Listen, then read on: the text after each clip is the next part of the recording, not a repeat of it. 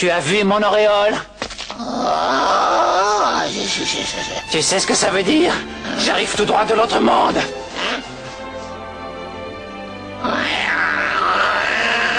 Je ne fais plus partie du monde des mortels. Je ne crains rien ni personne. Tu sais à qui tu as affaire? Je suis Vegeta! Qu'est-ce qui se passe? On a perdu l'envie de se battre. Vegeta, c'est de la folie! Tu n'as pas réussi à le vaincre la première fois et cette évolution de boue est encore plus puissante! Regarde-le, tu sais que j'ai raison! Je sais bien que ce monstre est plus fort que moi, je ne suis pas totalement aveugle, crétin! Mais si tu t'imagines que je vais renoncer, c'est que tu ne me connais pas du tout! Je combattrai tous les ennemis qui oseront se présenter devant moi! Jusqu'à mon dernier souffle! Je me bats pour l'honneur de mon peuple et ça y est! Je veux que tu disparaisses une bonne fois pour toutes. Je t'ai assez vu comme ça. Je ne suis pas sûr d'avoir bien compris. Tu es plus fort qu'avant, mais il n'y a pas de quoi en faire un plat! Tu ne parles que de vengeance, tu n'as que ce mot-là à la bouche! J'en ai marre de t'entendre radoter! Comment oses-tu me manquer de respect à ce point?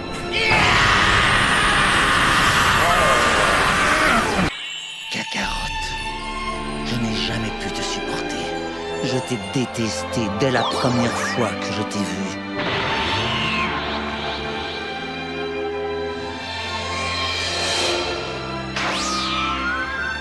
J'avais beau devenir de plus en plus fort, à chaque fois tu arrivais à me surpasser par je ne sais quel moyen. J'ai même eu à subir l'affront d'être sauvé par toi. Et ensuite, tu es mort en héros. Mais aujourd'hui, c'est moi qui serai le héros.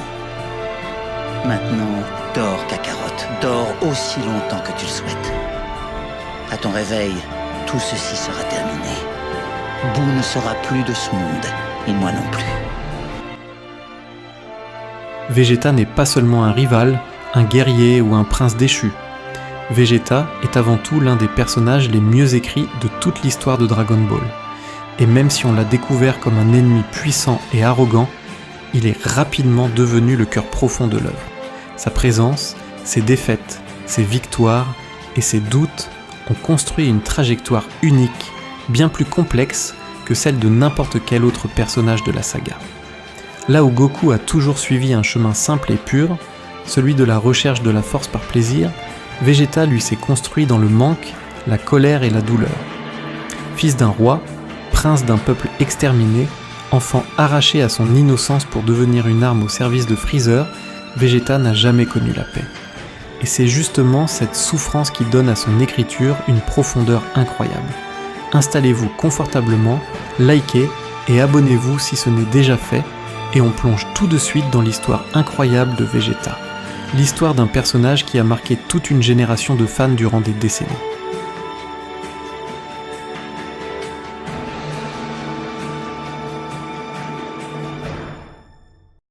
Quand on parle de Vegeta, on ne parle pas d'un simple second héros, mais d'un homme brisé qui passe sa vie à reconstruire ce que les autres lui ont volé, sa fierté, son identité et plus tard, sa dignité.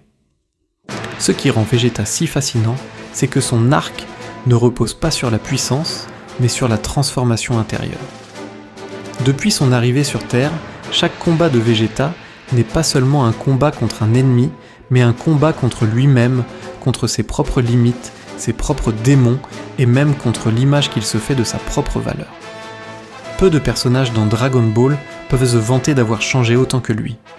Il commence comme un conquérant froid qui méprise la Terre, puis il devient un allié par nécessité, un rival par fierté, un mari par accident, et finalement un père par révélation. Et chacun de ces rôles ne fait pas que changer Vegeta, il le révèle.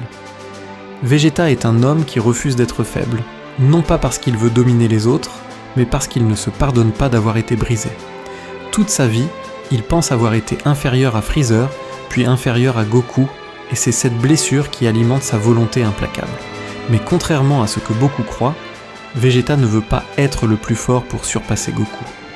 Il veut être le plus fort pour prouver qu'il n'a pas vécu tout ce qu'il a vécu pour rien, pour donner un sens à sa souffrance et à sa survie.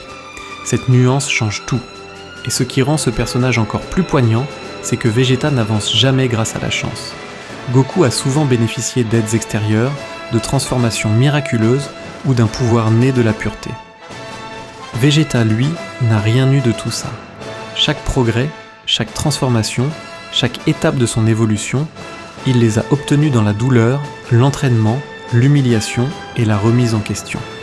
C'est ce réalisme émotionnel qui fait de Vegeta l'un des personnages les plus humains de Dragon Ball. Il échoue, il rage, il recommence, il tombe, il se relève et il recommence encore. C'est un cycle tragique, mais tellement humain qu'il parle à tous ceux qui ont déjà lutté contre leurs propres limites. Et c'est exactement pour ça que Vegeta est devenu l'un des personnages les plus aimés de l'histoire de l'animation. Parce qu'il incarne la réalité. On ne naît pas toujours avec le talent, la chance ou la lumière. Parfois, on doit tout prendre de force, tout construire avec ses mains, même si personne ne croit en nous. Et si aujourd'hui, Vegeta est autant apprécié, c'est aussi grâce à l'interprétation exceptionnelle d'Éric Legrand, dont la voix a donné au prince Saiyan une dimension unique, mélange de dureté, de fierté et de fragilité. Je ne fais plus partie du monde des mortels. Je ne crains rien ni personne. Tu sais à qui tu as affaire? Je suis Vegeta! Sa performance a marqué toute une génération et continue d'accompagner chaque moment emblématique du personnage. Vegeta, ce n'est pas juste un guerrier, c'est un symbole de persévérance, de douleur transformée en force et d'un homme qui refuse de laisser son passé dicter son avenir. Et c'est pour ça qu'il est, encore aujourd'hui, le personnage le mieux écrit de Dragon Ball. Si cette vidéo vous a plu, abonnez-vous et activez la cloche pour ne rien manquer. Votre soutien permet vraiment de faire vivre ce genre de contenu, alors merci à ceux qui s'abonnent, vous êtes les vrais Saiyans de la chaîne.